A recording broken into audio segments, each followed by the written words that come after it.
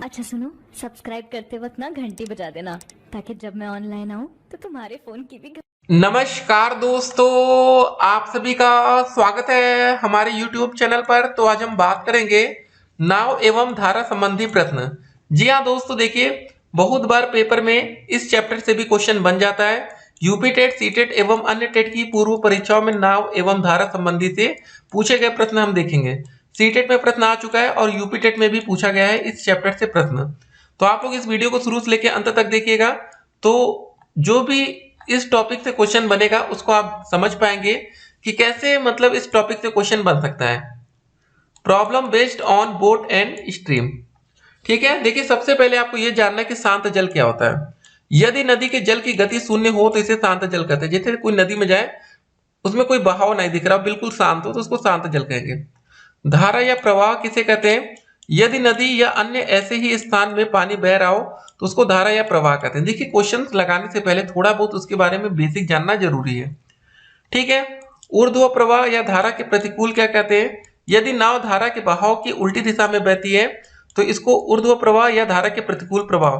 जी हाँ दोस्तों, जैसे नदी धारा इधर हो, ठीक है, मतलब समझ लीजिए यदि जो हमारी नाव है धारा के बहाव के उल्टी दिशा में, जैसे धारा का बहाव इस तरफ पानी देखिए बह रहा है लेकिन हमारी नाव उल्टी इधर साइड में आ रही है, इसको प्रतिकूल कहेंगे।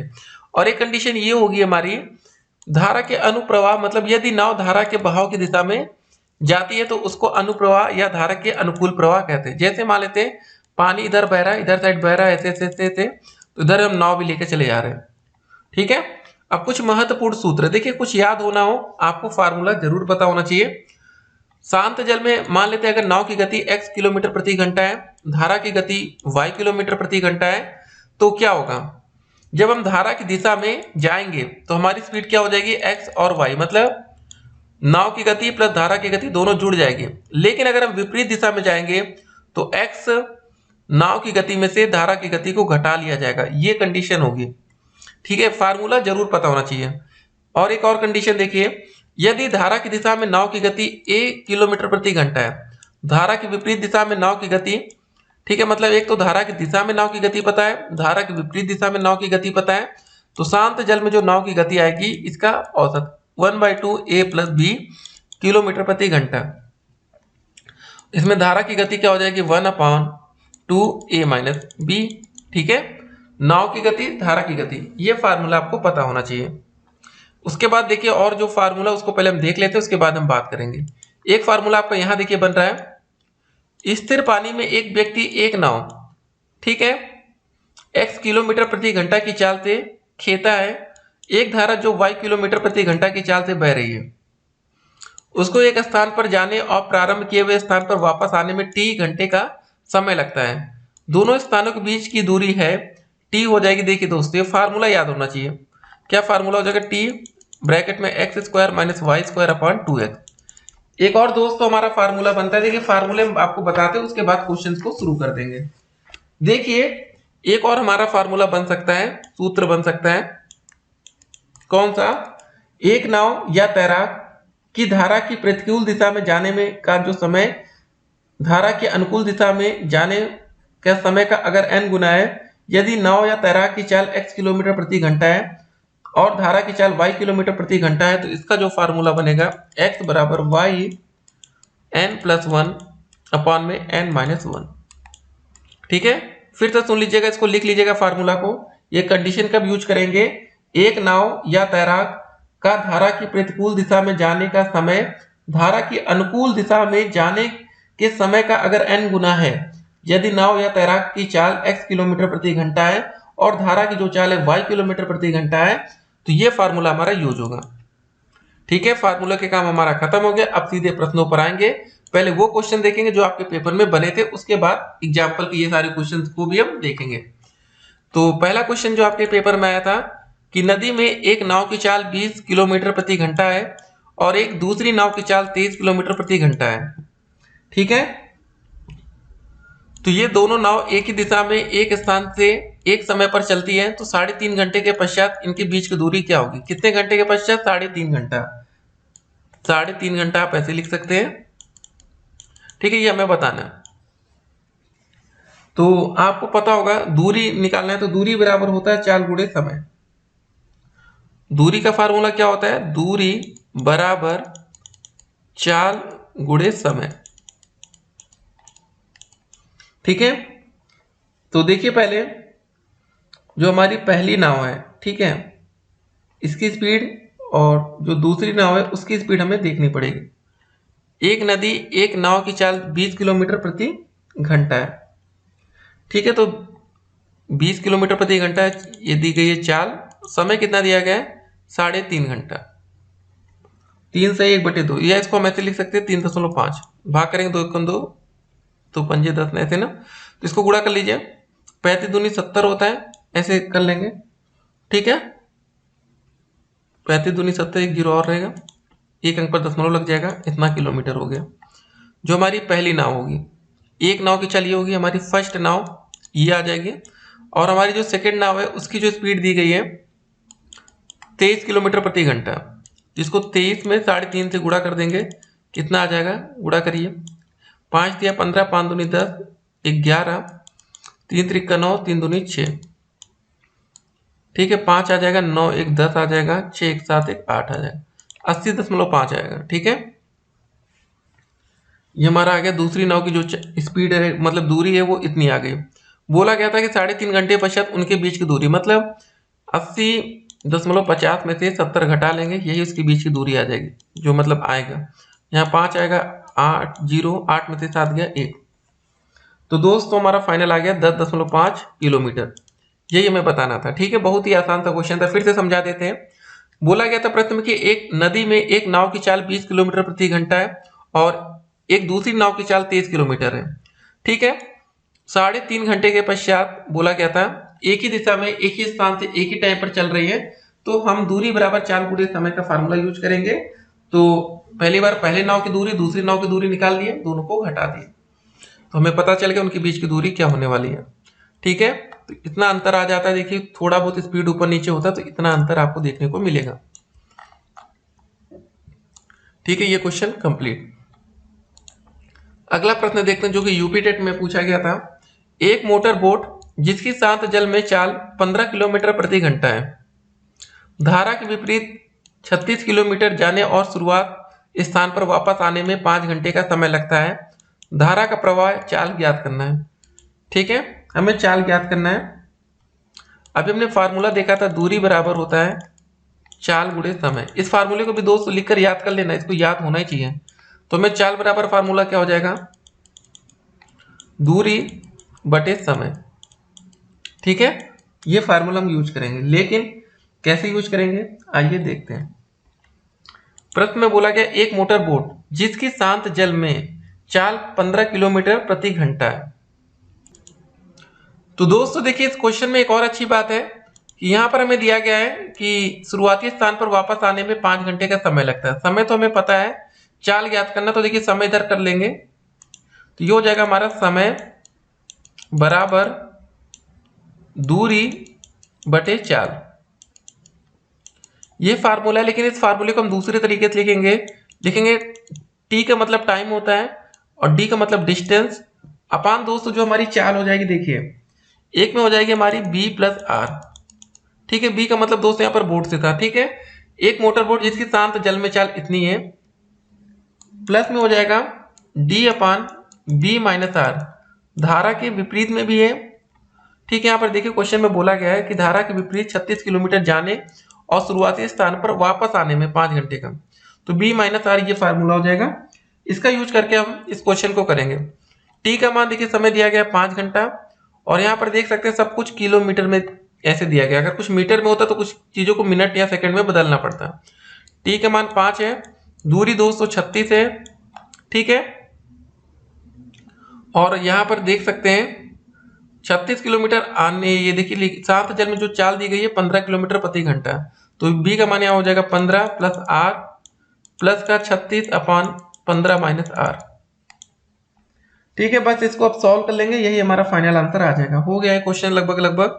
ठीक है, तो कैसे करेंगे, यहाँ तिर्यक गुणा कर दीजिए और नीचे नीचे का एलसीएम ले लेंगे, तो ये हो जाएगा ऊपर 36 15 माइनस आर यहाँ हो जाएगा प्लस का 36 15 plus r upon a square minus b square हो जाएगा। ठीक है, 15 का स्क्वायर माइनस का आर का स्क्वायर बराबर 5, क्योंकि प्लस ये माइनस है तो यहाँ पर जब मल्टीप्लाई होगा अंदर तो 36 गुणे 15 हो जाएगा माइनस का 36 आर।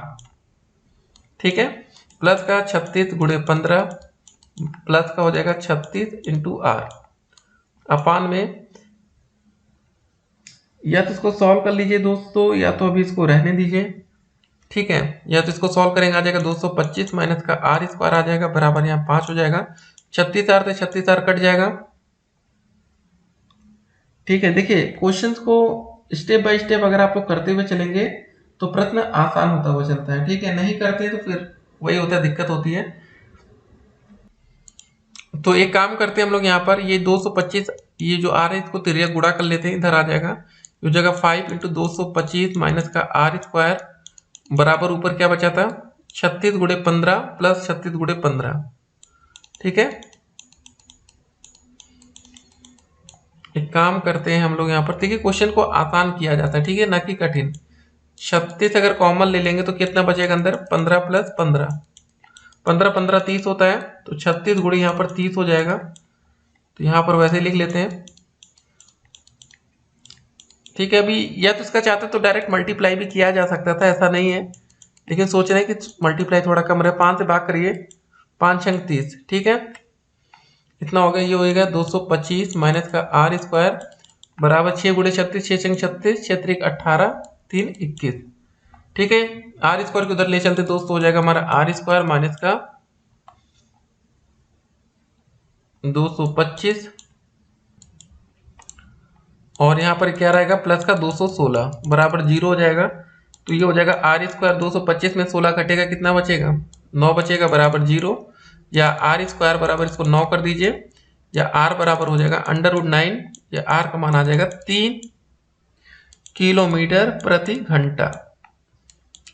बस यही हमें आंसर निकालना था। चलिए देखते हैं विकल्प में कौन सा वाला सही होगा। डी विकल्प में आपका करेक्ट आंसर है। देखिए क्वेश्चन काफी अच्छा था। देखिए यूपी टेट में जो प्रश्न बनते हैं ना, अच्छे लेवल के ही बनाए जाते हैं, ताकि भैया आप लोग का 1 नंबर कैसे ना कैसे काट लिया जाए, कम कर दिया जाए। उम्मीद करते हैं अब ऐसा प्रश्न देखेंगे तो आप फटाक से करेंगे। लेकिन चलिए कुछ एग्जाम्पल और देखते हैं, आपकी प्रैक्टिस को और मजबूत किया जाए। अभी लग रहा होगा कि यार हमको कुछ समझ में नहीं आया, तो इसीलिए दोस्तों एग्जाम्पल भी दिए जाते हैं। देखिए वो जो क्वेश्चन तभी हमने आपको बताया वो हाई लेवल के थे। अब कुछ आसान क्वेश्चन देखते हैं। जैसे एक नाव की चाल निश्चल जल या पानी में 20 किलोमीटर प्रति घंटा है। यदि धारा या प्रवाह की चाल 4 किलोमीटर प्रति घंटा हो तो अनुप्रवाह और ऊर्ध्व प्रवाह में नाव की चालें कितनी होंगी। मतलब अनुप्रवाह मतलब जिधर धारा मतलब नदी बह रही उधर, और ऊर्ध्व प्रवाह मतलब धारा के विपरीत में। ठीक है, नाव की चाल दी गई है दोस्तों यहाँ पर 20 किलोमीटर प्रति घंटा, आप यहाँ पर देख सकते हैं। ठीक है, उसके बाद आगे लिखा है धारा या प्रवाह की चाल है 4 किलोमीटर प्रति घंटा। अनुप्रवाह में मतलब जिधर धारा बह रही उधर नाव की जो चाल होगी x प्लस वाई होगी, तो 20 प्लस 4 24 हो जाएगा। ऊर्ध्व प्रवाह मतलब विपरीत में, तो इसमें से घट जाएगा। ठीक है, तो हमने आपको फार्मूला देखिए ये वाला बताया था पहले। धारा की दिशा में जो नाव की गति होगी x प्लस वाई होगी और विपरीत में x माइनस वाई घट जाएगा। ठीक है, यहाँ पर x माइनस वाई कर लिया गया, ये हो गया। ठीक है, एक में x प्लस वाई फार्मूला पड़ा था, विपरीत में हो जाएगा x माइनस वाई। ये क्वेश्चन अगर ऐसा बनेगा तो कर लेंगे आप लोग। अगला प्रश्न देखिए, एक नाव धारा के प्रवाह की दिशा में 40 किलोमीटर 5 घंटे में जाती है और प्रवाह के प्रतिकूल दिशा में 21 किलोमीटर 7 घंटे में जाती है। नाव और धारा की चालें ज्ञात करना है। ठीक है, चाल बराबर होता है दूरी बटे समय। दूरी 40 है, समय 5 है, तो ये हमारी पहली चाल आ जाएगी नाव की चाल। नाव की प्रवाह के प्रतिकूल दिशा में जो चाल होगी, यहाँ पर क्या होगा दूरी बटे फिर समय। दूरी हमारा 21 किलोमीटर है, समय 7 है, तो ये आ गया अनुकूल आ गया, प्रतिकूल आ गया। ठीक है, अब नाव की जो चाल आएगी, देखिए हमने आपको फार्मूला एक और बताया था। फिर नाव की जो गति आएगी 1/2 a प्लस बी। 1/2 प्रवाह की दिशा में चाल, प्रवाह के प्रतिकूल दिशा में चाल, 8 आया था, 3 आया, हो गया 11, ये आ गया। और धारा की जो चाल आएगी 1/2 a माइनस बी। ठीक है, ये हो गया। यहाँ पर हमने घटा लिया तो आ गया 2.5 किलोमीटर प्रति घंटा। तो ऐसे ही क्वेश्चंस पेपर में बनते हैं। ठीक है, तब आप लोग फंसते हैं। तो ये आसान आसान से दो क्वेश्चन तभी हमने आपके सामने रखे जो कि बिल्कुल फार्मूला बेस्ड पर था। अभी आप लोग सोच रहे होंगे सर जी ये वाला फार्मूला क्यों बताए थे, ये वाला फार्मूला क्यों बताए थे, दोनों फार्मूला का यूज कर लिया हमने। अगला क्वेश्चन देखते हैं। एक व्यक्ति जो स्थिर पानी में 8 किलोमीटर प्रति घंटा की चाल से नाव खींच सकता है, धारा में जिसकी चाल 8 किलोमीटर प्रति घंटा है, पहले प्रवाह की प्रतिकूल दिशा में खींचता है और फिर आरंभ किए हुए स्थान पर वापस आ जाता है, पूरी यात्रा का औसत चाल कितना होगा। औसत चाल बराबर दोस्तों होगा बहाव की दिशा में चाल गुणे बहाव की प्रतिकूल दिशा में चाल। ठीक है, मतलब जैसे तो बहाव की दिशा में कितनी स्पीड से क्या, बहाव के प्रतिकूल में कितना आया, दोनों का गुणा कर लेंगे हमें औसत चाल प्राप्त हो जाएगी। पहले क्या था 8 किलोमीटर प्रति घंटा a प्लस बी, 8 प्लस 4 एक में हो जाएगा, दूसरे में 8 माइनस 4 हो जाएगा, अपान में औसत था 8। बस इसको सॉल्व कर लिए, 8 गुणे 12 बटे 8, 4 दूनी 8, 4 तीन 12, 2 दूनी 4। ठीक है, 4 दूनी 8, 4 तीन 12, ऐसे 2 दूनी 4, 3 दूनी 6 किलोमीटर प्रति घंटा। एक और दोस्त हमने फार्मूला आपके सामने रखा था, ठीक है, अब उसका भी जरा यूज यहाँ पर हम लोग देख लेते हैं। इसको पहले मिटाते हैं इतना। तो जितने ज्यादा क्वेश्चन करेंगे उतनी अच्छी प्रैक्टिस हमारी होगी। ठीक है, वो फार्मूला भी हमने कहाँ देखा था, चलिए इसको देखते हैं। पहले हम यहाँ पर सीधे क्वेश्चन पर आते हैं। प्रश्न है हमारा कि एक व्यक्ति स्थिर पानी में 7 किलोमीटर प्रति घंटा की चाल से नाव खींच सकता है, यदि धारा की चाल 3 किलोमीटर प्रति घंटा है तो बराबर दूरी जाने पर धारा की प्रतिकूल दिशा में धारा की अनुकूल दिशा के अपेक्षा 6 घंटे अधिक लगते हैं। जब प्रतिकूल में जाते हैं तो 6 घंटा ज्यादा लग जाता है। वह दूरी कितनी है, जो इसकी दूरी का फार्मूला बनेगा, दूरी बराबर हो जाएगा x square minus y square upon 2y into t, t time है। ठीक है, 6 घंटे अधिक लगते हैं, 6 हो गया। एक्स का स्क्वायर मतलब पहले ये देखिए x1 चाल जो हमारी थी 7 का स्क्वायर माइनस वाई 3 का स्क्वायर हो जाएगा, अपान में 2y, 2 गुणे 3, ये हो गया 40 किलोमीटर। देखिए अगर आपको फार्मूला पता है ना तो कुछ भी कोई भी आपको रोक नहीं सकता ऐसे प्रश्नों को करने के लिए। ठीक है, दिक्कत तब होती है, आप मात तब खाते जब आपको फार्मूला नहीं पता होता है। ठीक है, ये हो गया हमारा, बहुत कठिन क्वेश्चन नहीं है, लेकिन यही है, देखिए ये वाला फार्मूला यहाँ पर हमने एक्सप्लेन किया था, एक और फार्मूला था वही कह रहे थे कहाँ गया। अगला क्वेश्चन देखिए जरा। एक व्यक्ति कुछ दूरी धारा की अनुकूल दिशा में t1 घंटे में जाता है और t2 घंटे में उसी स्थान पर धारा की प्रतिकूल दिशा में वापस आ जाता है। एक तो जाएगा फिर वापस आ जाएगा। धारा की चाल अगर y किलोमीटर प्रति घंटे है तो उस व्यक्ति की स्थिर पानी में जो चाल होगी क्या हो जाएगी, y बराबर हो जाएगी हमारी t2 प्लस t1 अपॉन में t2 minus t1 into Y. ठीक है, इंटू वाई हो जाएगा, ये हमारी चाल हो जाएगी। कितने अच्छे अच्छे क्वेश्चन हैं। देखिए इस पर एक एग्जाम्पल भी दिया गया है। एक नाव धारा के अनुकूल दिशा में कुछ दूरी 6 घंटे में तय करती है। टाइम हमें पहले पता चला 6, परंतु उसी स्थान पर धारा की प्रतिकूल दिशा में वापस आने में 8 घंटे लेती है। तो 8 में 6 जोड़ देंगे, 8 में 6 घटा देंगे। यदि धारा की चाल हमें दी गई हो, देखिए धारा की चाल कितनी दी गई, इसको थोड़ा मिटाते हैं तब आपको क्लियर होगा। यदि धारा की चाल देखिए दी गई हो 6 किलोमीटर प्रति घंटा, ठीक है, तो देखिए जब क्वेश्चन में जो दिया जाए उसी के हिसाब से करेंगे तो आप कभी गलती नहीं करेंगे। तो नाव की स्थिर पानी में क्या चाल होगी, ठीक है, वाई की जगह 6 रख देंगे, 8 प्लस 6 8 माइनस 6, 8 6 14 होता है, 8 में से 6 गया 2 बचेगा, गुणे वाई का मान 6 था, 2 3 6, 14 3 42। तो ऐसे ही आप लोग हर एक प्रश्न को करने का प्रयास करेंगे। कोई दिक्कत होगी दोस्त तो हम बैठे हैं सोल्यूशन देने के लिए। ठीक है, फिलहाल आप लोग को परेशान नहीं होना है, मेहनत करते रहना है। एक और एग्जाम्पल यहाँ पर दिया गया था, इसका पूरा प्रश्न नहीं है।